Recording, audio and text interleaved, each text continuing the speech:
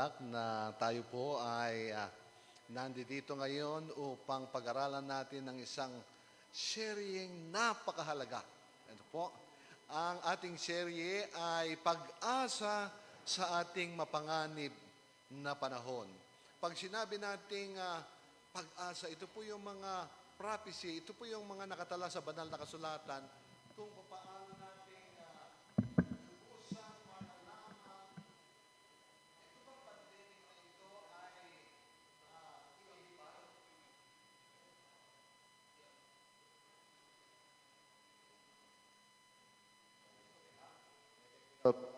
Ayun ng konti. Okay. Thank you po. Ito bang kalagayan natin ito ay gaganda pa ba? Ito bang new normal natin ito ay hanggang dito lang ba? Or we are looking forward for a better future? Everybody is expecting na ang pandemic na ito lilipas. Ano po? Pero ang nakalagay sa prophecy ay habang papalapit ng papalapit, ang ating Panginoon ay palala ng palala ang mundong ito. Ano po? At tayong mga Christians na nag-aaral ng Bible, especially prophecy, ay hindi dapat tayo nagigimbal kung ano ang ating haharapin. Kaya dito sa 14 na series na gabi-gabi mula alas 7 hanggang alas 8:30 ay samahan po ninyo kami dito sa Cavite Mission Facebook page at sa Zoom. At tayo po'y mag-aaral ng napakagandang napapanahong mga bagay na dapat nating malaman upang ating patuloy na matanto ang ating kalagayan at hindi po tayo nagigimbalo na bibigla sa mga bagay na dumadating sa ating buhay. Kaya gabing ito, ang ating pag-aaral ay ang aklat na nagbibigay ng lubos na pag-asa. Of course, yung ating key text, pag-aaralan natin. Ano ba talaga ang importansya? Mahalaga ba ang Bible sa ating kapanahunan? Okay? Ano bang magagawa nito? Okay? At ano ang pinakamahalagang aklat na kailangan nating lalo na malaman sa panahong ng pandemya o kaya sa panahon na kagaya ng ating panahon. Dito sa Kawikaan 4, versikulo 20 hanggang 22, ay meron pong isang nakatala. At by the way, bago tayo magpatuloy, bago ko basahin ang bagay na ito, gabi-gabi po, mag-take notes kayo. Ilista po ninyo yung mga texts, yung mga event nating pinag-aaralan. Bukas ng gabi, meron po tayong health lecture. Madam Sandra, Pastor Advinil, meron tayong health lecture, ano? At isasama din po natin sa text, sa ating mga quizzes yan. At ito pong ating pinag-aaralan mga text, ilista po ninyo. Kasi ito yung mga most likely lalabas sa mga pag-aaral na gagamitin natin sa ating mga teksto. Ano po? At dito sa Kawikaan 4:20 hanggang 22, merong mapakagandang payo si Haring Solomon, yung pinakamahusay o pinakamatalinong hari na nabuhay sa ibabaw ng lupa according to the Bible. At ang sabi, anak ko, makinig ka sa aking mga salita, sa aking payo, ikiling mo ang iyong pakinig sa mga sinasabi ko.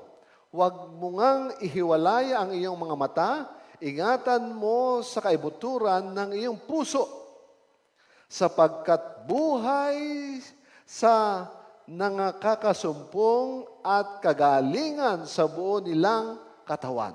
Anong statement?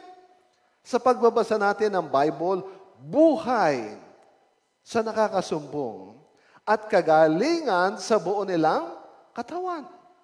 Wow, napakagandang statement na talagang mapanghahawakan natin ang salita ng Diyos ay lubos, ganap, at kinakailangan nating maging bahagi ng buhay araw-araw. Okay? Kaya ang Bible ay napakalaha. Bakit misteryo ang Biblia? Bible lang naman, paano naging salita ng Diyos ang Bible? Yeah? Bakit inimprenta lang naman sa PBS yan? O inimprenta ng tao sa napakaraming mga imprenta yan? Pero bakit naging salita ng Diyos ang Bible? Bakit misteryo ang Biblia? Ano ba nga talaga? Ha? Ito yung mga talata na dapat ninyong malaman. Sabi sa atin ni Apostol San Pedro sa kanyang aklat, 2 Pedro, Kapitulo 1, versikulo 20 hanggang 21, ang sabi dito, na maalaman mo na ito, na alinmang hula o salita ng kasulatan ay hindi nagbuhat sa sariling pagpapaliwanag. Meaning, hindi yung sariling haka-haka ang prophecy, ang Bible. Ito po ay, ang sabi dito saan, sapagkat hindi sa kalooban ng tao dumating ang hula kailanman, o yung mga salita ng Biblia, kundi ang mga tao na ginamit ng Diyos ay nagsalita buhat sa Diyos na naudyukan ng Espiritu Santo. So hindi po ito kagaya ng mga kompositor na sumulat ng awit na kagaya ni Joe Marichan na sumulat ng Beautiful Girl. Ano po? Inspired siya nung meron siya nakitang magandang dilag. Hindi po ganon. Ang banal na espiritu ay pinuspos ang isang tao dahilan sa merong napapanahong pabalita sa kanyang kapanahunan. Kagaya nating kapanahon, sa ating papanganib na panahon, kailangan nating malaman ang Biblia sapagkat ito ay ini-apply natin ng ating mga puso sa karunungan. Kaya napuspos yung mga writers ng Bible ng Holy Spirit. Yan po. At ang sabi dito sa atin, ano yung halimbawa nito? Jeremias 30, versikulo 1 at 2. Ito ang sabi sa atin. Ang salita na dumating kay Jeremias mula sa Panginoon na nagsasabi, ganito ang salita ng Panginoon, ang Diyos ng Israel. At sabi na nagsasabi, iyong isulat sa isang aklat ang lahat ng mga salita na aking sinalita sa iyo. So iyon po ay command ng Diyos sa pamamagitan ng banal na Espiritu kay Propeta Jeremias. Kaya naisulat ang aklat ng Jeremias. Ano po? At lahat po ng authors ng Bible, ganun kung paano sila nagsulat, hindi sa kanilang sariling haka, hindi dahilan sa kanilang mga sariling mga kagustuhan, kundi sila'y tinuruan, pinuspos ng banal na Espiritu, kaya nasulat ang Biblia. Alam ba ninyo? Okay.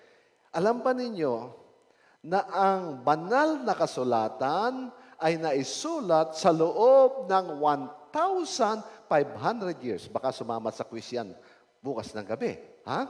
Kung sino yung magiging quiz master natin, kung si Ma'am Sandra, kung Sir Pastor Albinil, kung sino pa man ang mapili, o kaya ay yung mga leaders natin ay hindi natin alam, dapat mag-take notes kayo. Okay? Naisulat ang Bible sa loob ng 1,500 years. Kailan ito nagsimula?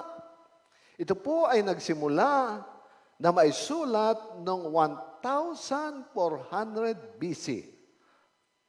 At ito ay nagsimula na isulat ang Bible doon sa wilderness sa ilang ni Moses. At alam ba ninyo kung ano ang aklat na unang isinulat? Hindi po yung Genesis. Yung pong aklat ni Hope. Ha? Yung aklat ni Hope. At yun ay naisulat doon sa wilderness, sa 40 years niya sa wilderness. At ang sabing ganon, kailan yung huli? Yung huli ay yung pong aklat ng una, ikalawa, ikatlong Juan. Ito po ay sinulat naman ni Apostol San Juan. Ano po? Noong more than 90 years AD. Okay? Ang mga nagsulat ng Biblia ay mga pare, mga hari, mga propeta, mga pastol ng tupa, mga reyna, gobernador, doktor, negosyante, balo at iba pa. Sari-saring uri ng tao, babae at lalaki, ginamit ng Diyos, pinuspos sila ng banal na Espiritu, kagaya ng sinabi ni Apostol San Pedro, at sila po ay sumulat dahil mayroong pabalita ang Diyos sa kanyang bayan. Ito po ang dahilan. Kaya sa ating kapanahonan, mayroong pabalita ang Diyos na dapat nating malaman, na dapat nating basahin sa banal na kasulatan. Alam ba ninyo na ang lumang tipan ay merong 39 na mga aklat. Okay? At yan ay pinangalan ng iba sa lugar, ang iba sa kanilang mga pangalan. Ang bagong tipan naman ay merong 27. Okay? At ang lahat ng mga aklat ay 66. 66 na aklat ang Biblia. Compilation yan ng Old Testament at New Testament. At ang kagandahan nito, meron silang iisang tema. Meron silang isang tema. At ano yung temang yon? Merong kawit. Ang tema ng bawat aklat ay walang iba kundi si Jesucristo. Ang kanyang buhay, ang kanyang ministeryo, at ang kanyang paglilingkod. Yan. Ito ang banal na kasulatan. Simpleng-simple. Ano po? Tandaan natin yan. At bakit ba ang Biblia ay nasulat? Okay? Hindi yata nagana, Albinil? Yan. Ano ang pakinabang natin sa pagbabasa ng Biblia? Anong pakinabang? Tayo na mga nagbabasa ng Bible, ano ba pakinabang nyo? Ha? Kung ating babasahin ng Biblia, mabubusog ba tayo dyan? Ha? Tayo ba ilalago? Okay. At sabi sa atin sa Aklat ni San Juan, Kapitulo 5, versikulo 39, merong isang napakagandang statement na tala tungkol sa Bible. Ang sabi ng Panginoon, nangangaral siya sa napakaraming tao, at sabi niya, saliksikin ninyo ang mga kasulatan, sapagkat iniisip ninyo na mayroon kayong buhay na walang hanggan. Ano daw meron? Buhay na walang hanggan sa pagbabasa natin ng Bible. At ang mga ito'y siyang nagpapatotoo tungkol sa akin, ang sabi ng Panginoon. Ibig sabihin, kung gusto nating makilala ang Panginoon, basahin natin ang kanyang banal na salita. Yun po ang mensahe ng talata. Kaya napakaigi na malaman natin. Ang sabi pa sa aklat ni San Pablo, 2 Timoteo 3, 16, 17, ang lahat ng mga kasulatan ay kinasihan ng Diyos. Ay mapapakinabangan din naman sa pagtuturo, sa ikatututo ng nasa katuwiran, sa pagsaway, pagsansala, upang ang tao ng Diyos ay maging sakdal. Turuang lubos sa lahat ng mga gawang mabubuti. So, ibig sabihin, pag nagbabasa tayo ng Bible, ano ang ating magiging direksyon?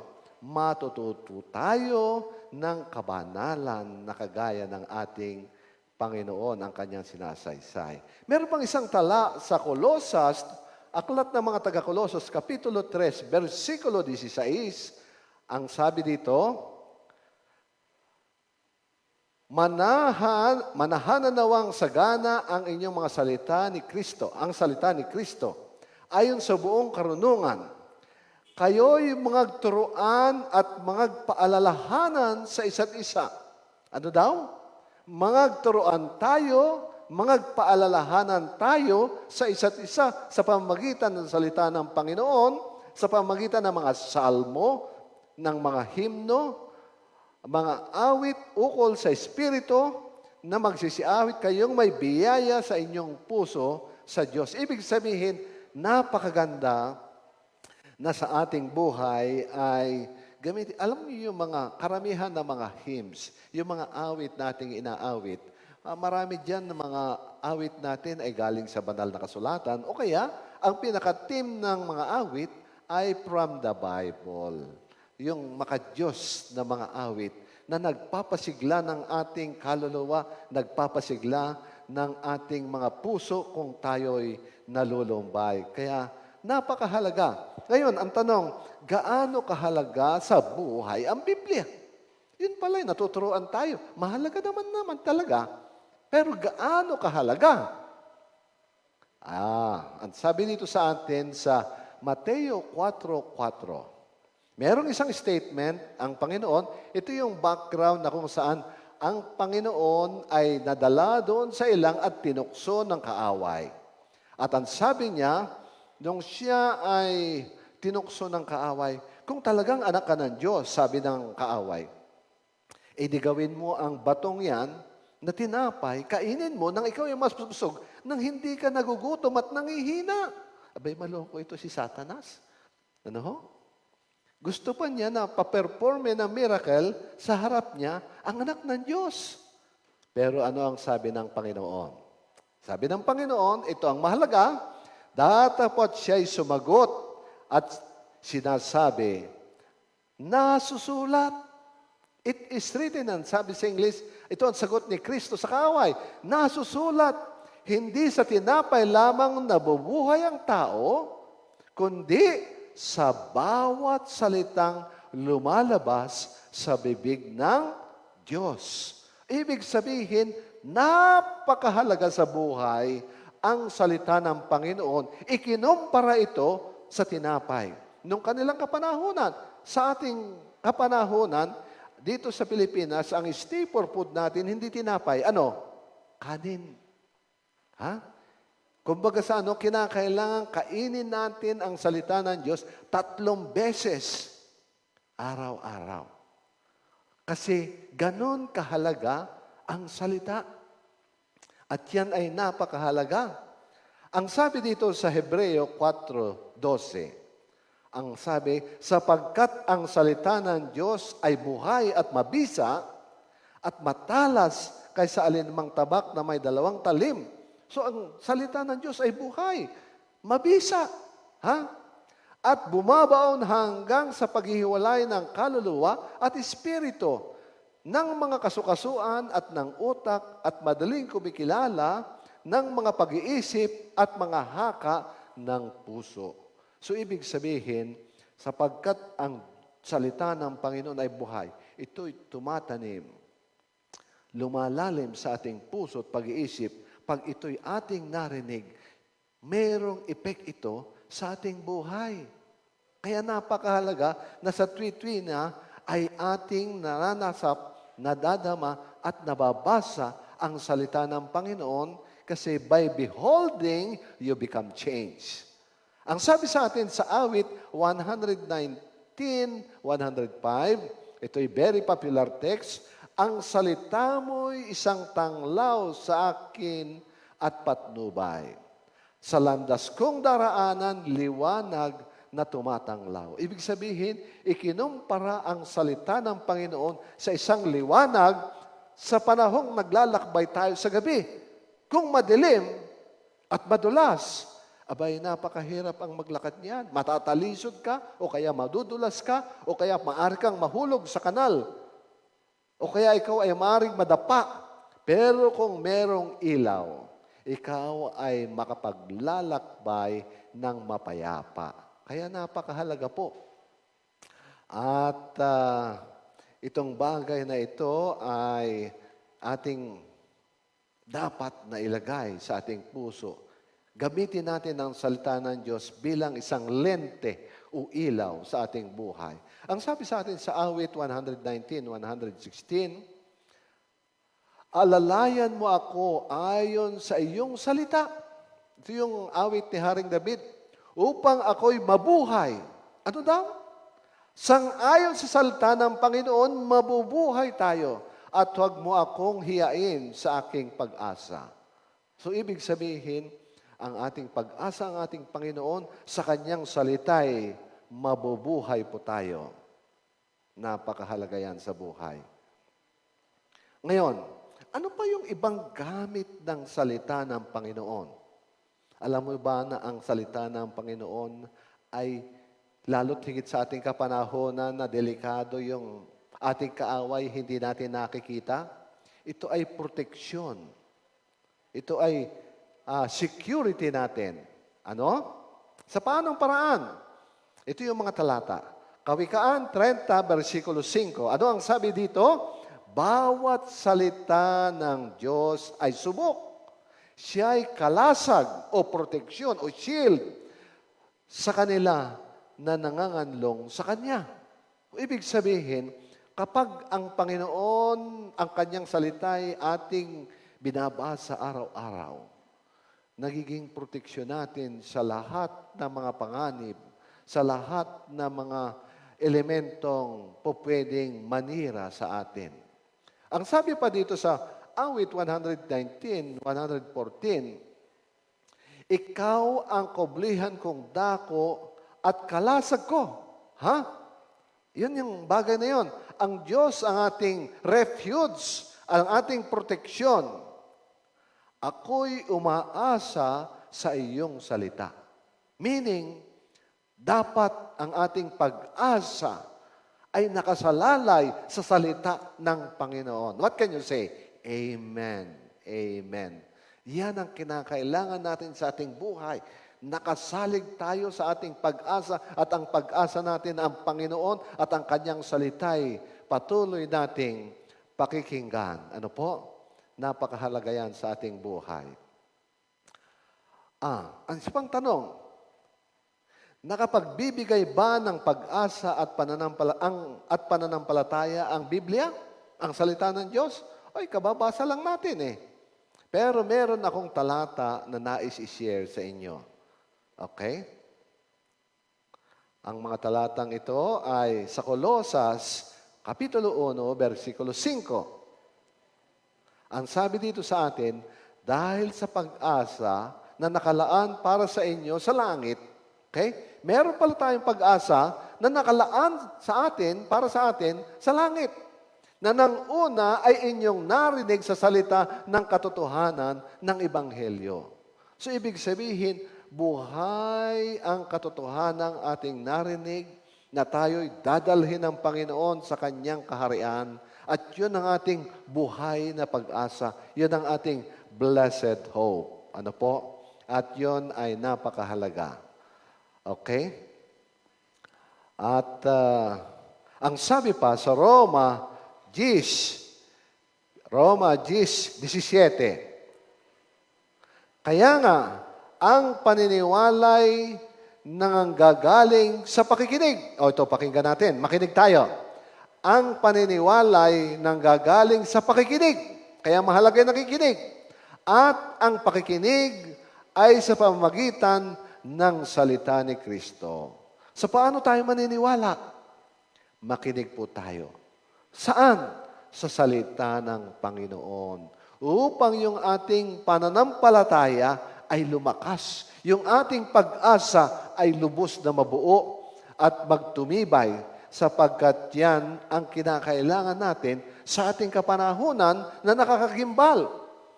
Bakit sinabi ko nakakagimbal? Alam po ninyo, kung kailan meron ng vaccine, kung kailan ay parang patapos na itong COVID na ito, mas matindi yung mga namamatay. Mas parang lumalapit ba? Noon, naririnig ko lang na may mga namamatay. May nagsiservisyo, mga kapatid. Pero kailan lang yung mga taong malapit na sa akin? Aba, ay sila yung nadadali. Yung aking kaibigan na malapit sa akin. Nagbakasyon pala dito sa Pilipinas, galing ng US. Noong June, katapusan ng June, ay kinakailangan siyang magpabaksin, naka-schedule siya. Kaya lang, Sinovac, sabi niya, sa US kasi hindi kinikilala ang Sinovac. So, nagpapospon, sabi niya, doon na lang ako sa US kasi July 1st, first week of July, magpa-apply na siya. Pero bago siya mag-apply, siya po ay nilagnat. Siya po ay sumama ang katawan. Nung siya ay dalhin sa ospital, ay huli na po. At ang nakakalungkot, ang daming dahilan. Nakapagpabaksin sana siya, meron sana siyang protection. Sabi ng iba, sabi naman niya, ay doon sa US, mas maganda ang protection doon. Kaya lang, hindi na asahang panahon, sabi niya, kaya ko ang COVID. Malakas siya. Pero, hindi natin inaasahan. Sa ating kapanahunan ay napakapanganib, delikado. Yung hindi natin inaasahan, siya yung nauuna.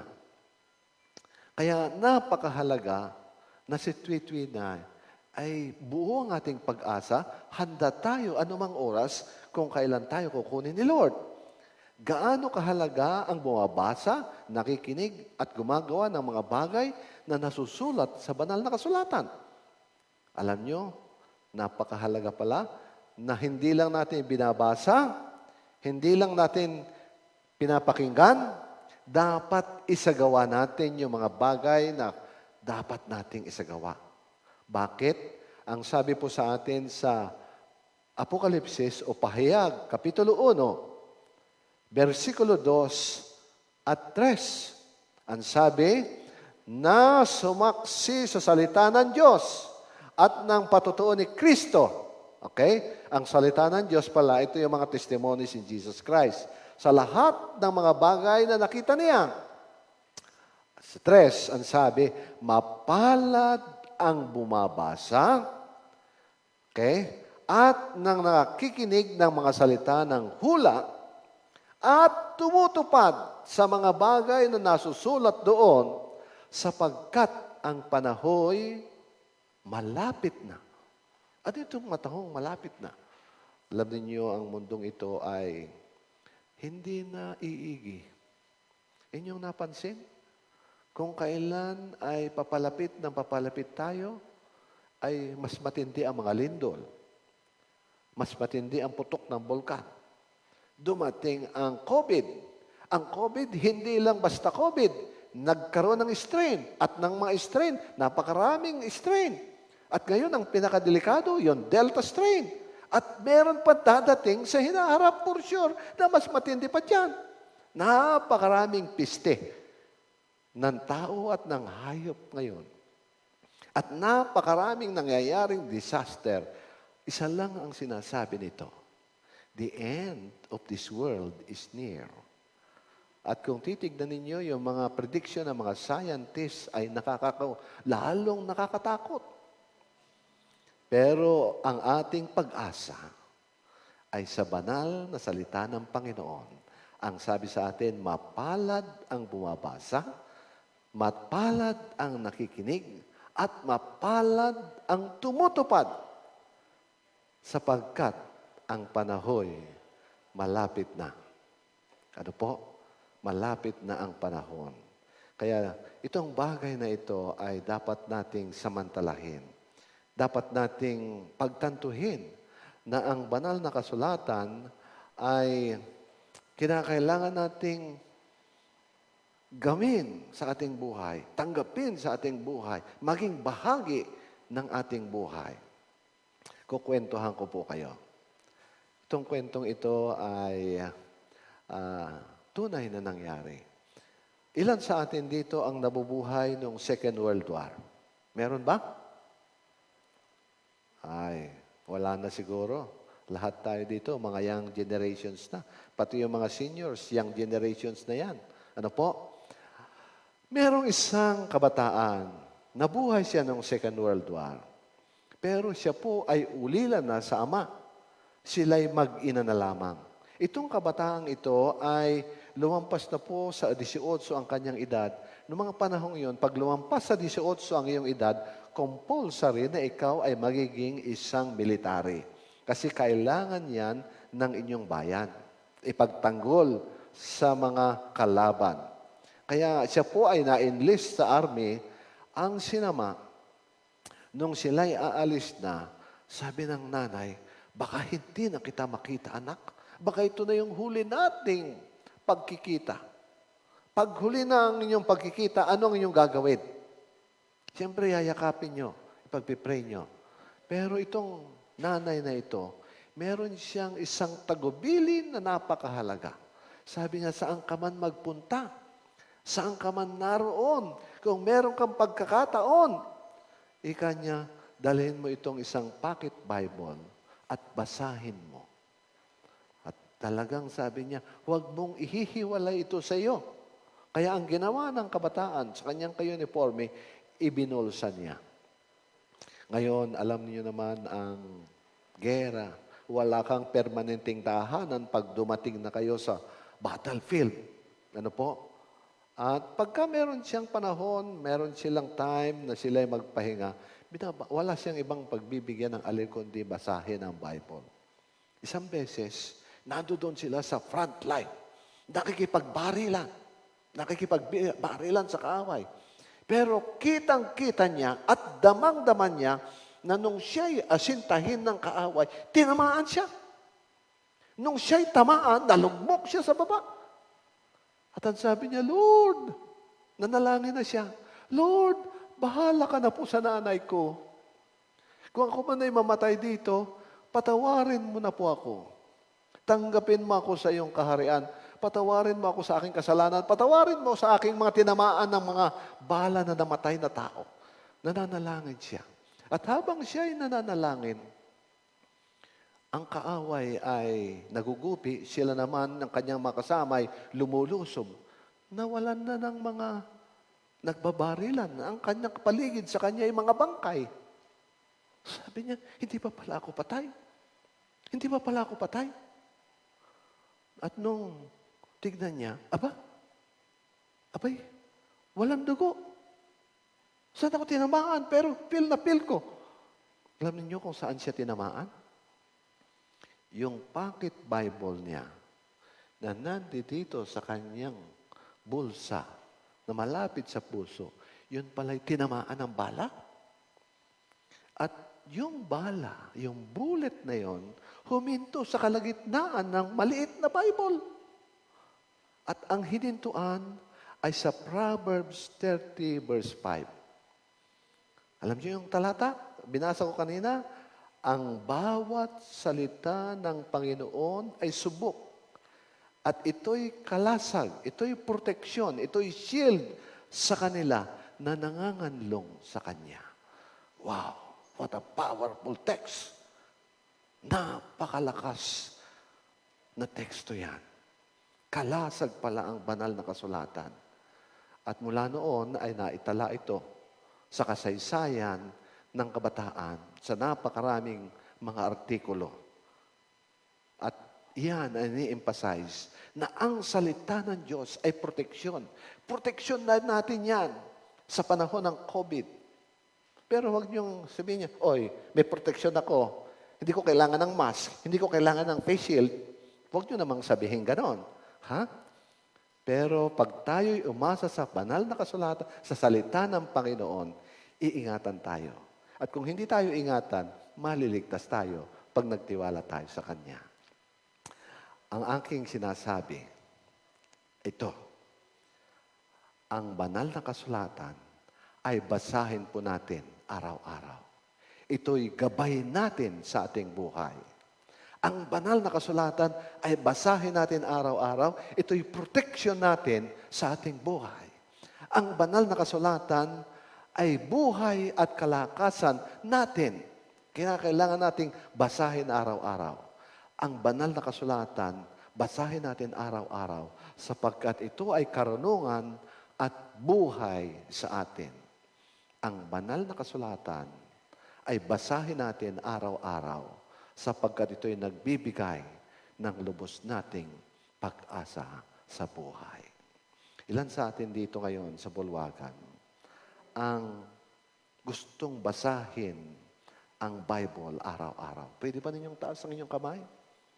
Kayo po na nasa Facebook at saka nasa Zoom, ang Diyos ang nakakakita sa inyong puso at sa inyong pag-iisip.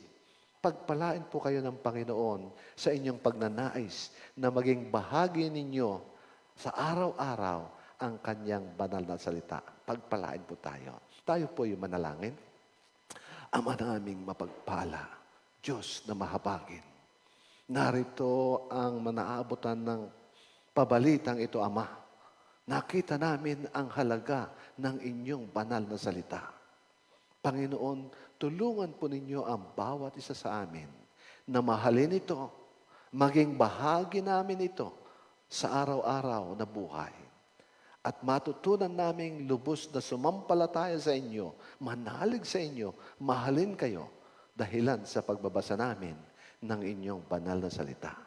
Pagpalain po kaming sama-sama at muli kaming mag-tune in bukas dito sa aming Facebook page na ito, sapagkat hinihiling po namin ang lahat na inyong pagpapalain kami dahilan sa pangalan ng Ama, ng Anak at ng Espiritu Santo. Amen.